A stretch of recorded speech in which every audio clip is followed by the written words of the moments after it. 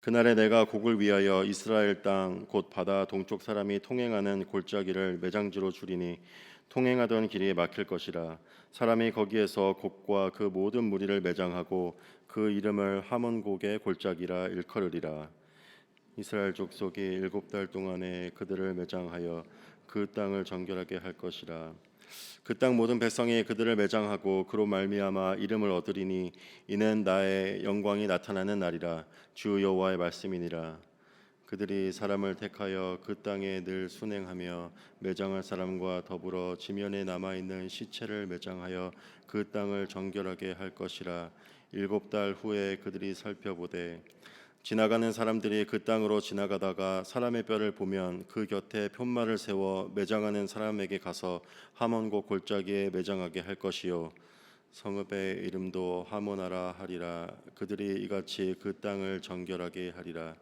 주 여호와께서 이같이 말씀하셨느니라. 너 인자야, 너는 각종 새와 들의 각종 짐승에게 이르기를 너희는 모여오라.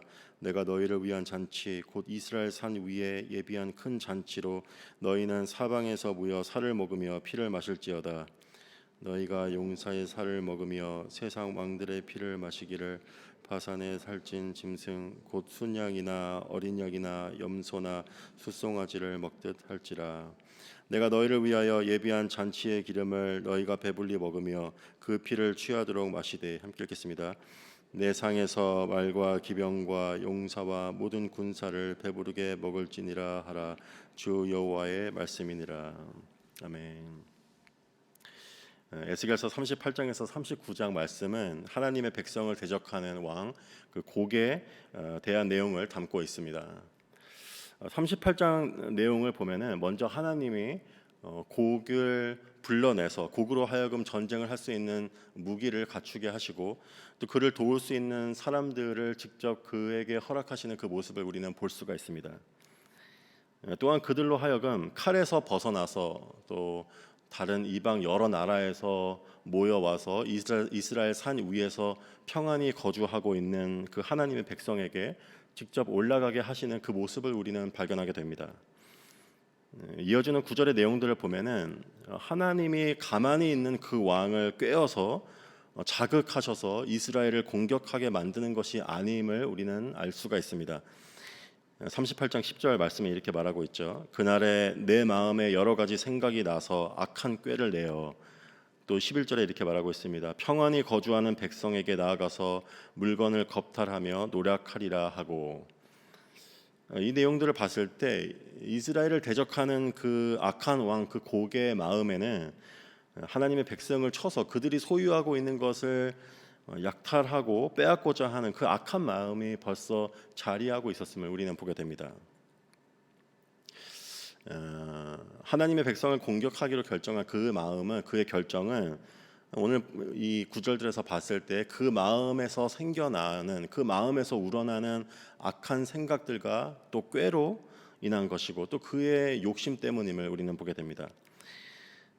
우리가 살고 있는 세상에서 사람들의 욕심으로 인해서 아무런 잘못이 없는 많은 사람들이 피해를 받고 또 고통을 받는 모습들을 우리는 보며 살아가고 있습니다.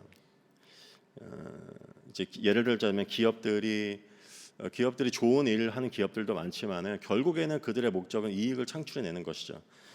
더 많은 이익을 창출해내고 또 서로 경쟁해서 이기기 위해서 또 이 기업들은 여러 자원들, 우리 자연이나 어떤 그 여러 가지 자원들을 악용하고 또 사람들의 그 약점들을 이용하는 모습을 우리는 보게 됩니다. 예를 들자면 이런 것이죠. 어떤 소셜 미디어나 유튜브나 어떤 여러 가지 플랫폼이 많이 생겨나게 된 이유로 많은 사람들이 돈을 벌 수 있게 되고 또 그로 인해서 인기와 또 관심을 아주 많이 얻게 되었습니다. 이런 것들을 더 누리기 위해서 사람들은 이 자극적인 건 어떤 컨텐츠들을 만들어서 올리고 또 거짓된 정보들을 또 퍼뜨리는 경우도 있죠. 또 소셜 미디어 같은 경우는 자기 자신이 늘 행복한 것이 아닌데 마치 늘 좋은 곳에 가고 늘 좋은 것을 누리는 어떤 그런 멋있고 행복한 사람으로 자신을 포장을 해서 많은 사람들의 관심을 얻게 되는 그런 모습도 우리는 보게 됩니다. 계속해서 이런 것을 만들어내고 또 이런 것을 이제 올림으로 인해서 또 그 플랫폼으로 인해서 사람들이 그것에 어떤 중독이 되는 모습을 우리는 발견하게 됩니다. 계속 흥분하고 계속 기분이 좋은 그 상태를 유지해야 되는 어떤 도파민 중독 같은 그 상태에 이르게 되는 거죠. 기업들은 이런 심리를 이용해서 더 많은 돈을 버는 길로 나아가게 됩니다. 이런 어떤 사람들의 욕심, 또 기업들의 욕심으로 인해서 또 우리가 그것에 중독됨으로 인해서 우리의 삶이 더 나아진 것이 아니라 오히려 우리 삶에는 기쁨이 사라지게 됐습니다. 더 불안해지고 더 고립되게 되고 더 우울하게 되는 것이죠. 사단은 이런 인간의 악하고 연약한 심리를 이용합니다.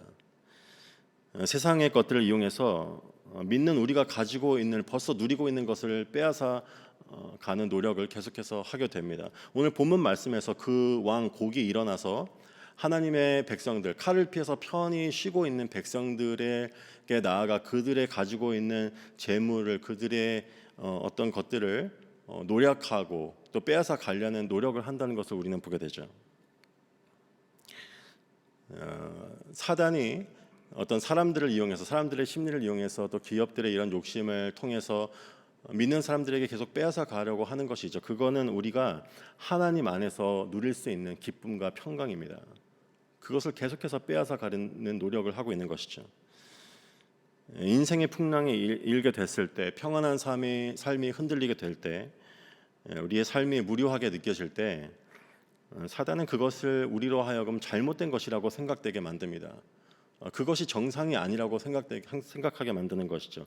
나의 삶은 늘 행복하고 즐거움과 기쁨으로 가득 차야만 한다고 우리로 하여금 믿게 만듭니다. 만약에 그것을 누릴 수 없으면 세상의 방식으로 그것을 계속 누리고 채워 나가야 된다고 우리로 하여금 믿게 만드는 것이죠. 그 거짓에 우리가 계속해서 속게 될 때 우리가 불안하고 불행한 상황을 허락하신 하나님이 그것을 허락하실 때 우리는 그 하나님의 선하심을 고백하지 못하고 더 이상 하나님을 의지할 수 없는 상태에 이르게 됩니다. 그것으로 인해서 사단이 우리로 하여금 하나님을 마음으로부터 떠나게 만드는 것이죠. 원수가 하나님의 백성을 무너뜨리려는 그 장면을 보게 될 때 38장에서는 하나님의 노여움이 나타날 것이라고 말하고 있습니다. 그때 하나님이 직접 하나님의 백성들을 둘러싼 그 악한 세력을, 그 왕을 무너뜨릴 것이라고 말씀하고 있죠. 그리고 그것이 단 하루 만에 일어날 것이라고 말하고 있습니다. 어제와 오늘 본문에서는 흥미로운 내용이 반복해서 등장합니다. 그것은 하나님이 하나님의 백성을 대적하는 적들을 하루 만에 무너뜨리시고 엎드려지게 하셨지만은 그들이 사용하던 무기와 그 시체들이 이제 길에 남아 있게 됐는데 그것을 매장하고 그 무기들을 치우는데 7개월 그리고 7년이 걸릴 거라는 말씀이 나옵니다. 오늘 본문을 묵상할 때 깨닫게 되는 중요한 몇 가지 사실들이 있습니다. 그것은 첫째로 그리스도 안에서 누리는 평강은 계속해서 위협을 받게 될 것이라는 사실입니다. 하나님이 우리를 대적하고 고소하는 그 사단의 능력을 꺾으시고 심판하셨죠. 십자가 위에서 하루 만에 그것을 이루셨습니다. 하지만 우리를 두렵게 만드는 그 사단의 무기, 사단이 사용하던 여러 가지 무기들과 또 대적들은 우리 눈에서 완전히 사라진 것이 아닙니다. 아무런 능력이 없는 그 시체의 모습으로 하고 있지만 아무도 그 무기를 들어서 휘둘리고 있진 않지만은 아직도 그것이 우리 눈에 보일 때마다 우리를 위협하고 있는 것이죠. 둘째로 우리를 두렵게 만드는 무기와 대적들을 정리하는 일은 우리에게 달려 있다는 사실입니다. 하나님이 그것을 무너뜨려서 치셔서 바닥에 떨어뜨려서 시체를 눕히게 하셨지만은 눈에 보이는 그것들을 정리하는 일은 우리에게 달려 있다는 이야기입니다. 우리는 사단을 이길 수 있는 힘이 없습니다. 그것은 우리에게 달려 있는 일이 아니죠. 하나님이 우리와 사단에 싸워서 스스로 우리가 승리를 쟁취해 내라고 우리에게 말씀하시지 않으셨습니다. 하나님이 사단을 싸워서 벌써 승리를 하셨죠. 하지만 우리에게 할 수 있는 것이 있습니다. 하나님이 우리에게 맡겨진 일이 있죠. 그것은 우리를 두렵게 만드는 것을 눈앞에서 정리하는 것입니다. 내가 매일 눈으로 보고 묵상하고 내 공허한 마음을 채우던, 나에게 가장 큰 기쁨을 주고 또 동시에 나에게 가장 큰 두려움을 주게 만들었던 그 나의 우상과 같은 그 모든 것들을 나의 눈 앞에서 그리고 나의 생각에서 정리를 하는 것입니다. 그것이 우리에게 달려있다는 사실입니다. 또 마지막으로 그 모든 것들을 정리하고 정결하게 되는데 시간이 걸린다는 사실입니다. 우리를 두렵게 만드는 무기와 그 시체들을 치우는데 7개월과 7달과 그리고 7년이 걸린다고 말하고 있습니다. 7이라는 숫자는 성경에서 완전한 숫자죠. 하나님이 우리 각자에게 정해주신 완전한 기한이 있습니다. 우리가 크리스찬이지만 단번에 우상을 우리 눈에서 이제 옮기고 더 이상 눈에 보이지 않게 하고 그 작업이 하루 만에 끝난다고 성경은 보장하고 있지 않습니다. 하지만 우리는 매일마다 그걸 해야 되는 것이죠. 매일마다 하나님이 우리 앞에서 우리를 무너뜨리지 못하게 만든 힘을 꺾으신 그 무기들을, 그 대적들을, 나를 두렵게 하는 것들을 치우고 정리하고 더 이상 그것을 바라보지 않게 하는데 시간이 걸린다고 성경은 말을 하고 있습니다. 말씀을 정리하도록 하겠습니다. 크리스천의 삶은 절대로 쉬운 길이 아닙니다. 사단은 계속해서 우리를 넘어뜨리기 위해 우리를 둘러싸고 공격할 것입니다. 계속해서 하나님을 의심하고 또 세상을 의지하고 하나님 안에서 누리는 기쁨과 평강을 세상의 것으로 대체하도록 우리를 계속해서 유혹할 것입니다. 하지만 그때 기억해야 되는 사실이 있죠. 그것은 사단은 절대 승리할 수 없다는 사실입니다. 사단은 절대로 우리를 죽일 수 없다는 사실입니다. 사단은 절대 하나님과의 관계에서 우리를 끊어낼 수가 없습니다. 왜냐하면 우리의 모든 의심과 우리의 불순종과 우리의 우상 숭배에 대한 심판을 하나님께서 십자가 위에서 심판하셨기 때문입니다.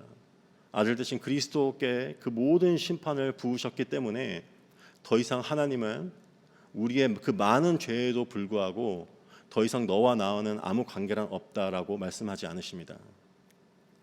때문에 하나님은 우리를 버리지 않으시죠. 우리를 끝까지 찾아오십니다.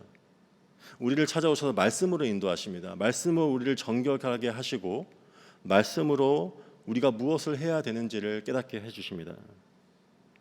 우리 눈앞에 보이는 것들, 반복해서 우리를 두렵게 만들고 노예로 만드는 그 모든 것들, 하루 종일 내가 바라보고 묵상하고 있는 것들을 이제는 정리해야 된다고 우리에게 말씀하십니다. 그것이 없이는 완전한 평강이 없다고 우리에게 말씀하시는 것이죠. 오늘 본문에서 우리가 그 시간이 걸리지만 그 모든 것을 정결하게 했을 때 우리를 두렵게 하는 모든 것을 눈에 보이지 않는 곳에 불태워버리고 무기들을 불태워버리고 또 시체들을 저 보이지 않는 곳에 땅에 매장하고 묻게 됐을 때 우리가 하나님이 주시는 이름을 얻게 되고 하나님의 영광이 드러나게 될 것이라고 말씀해 주십니다. 하나님이 우리에게 말씀하시는 그 순종의 끝에서 그것을 우리가 해내게 됐을 때 우리를 주님 앞에서 우리 눈에 보이는 것들을 바라보는 것이 아니라 주님을 바라보기 위해서 노력하며 나아갈 때 그 끝에서 우리 마음에 세상의 것으로 기뻐하고 즐거워하고 평강을 얻는 것이 아니라 다시 한번 우리가 주님께서 우리와 함께 하심으로 주님께서 우리를 자녀 삼으심으로 기뻐하는 길로 나아갈 수 있을 것입니다. 그 축복이 저와 여러분에게 임하기를 축원합니다.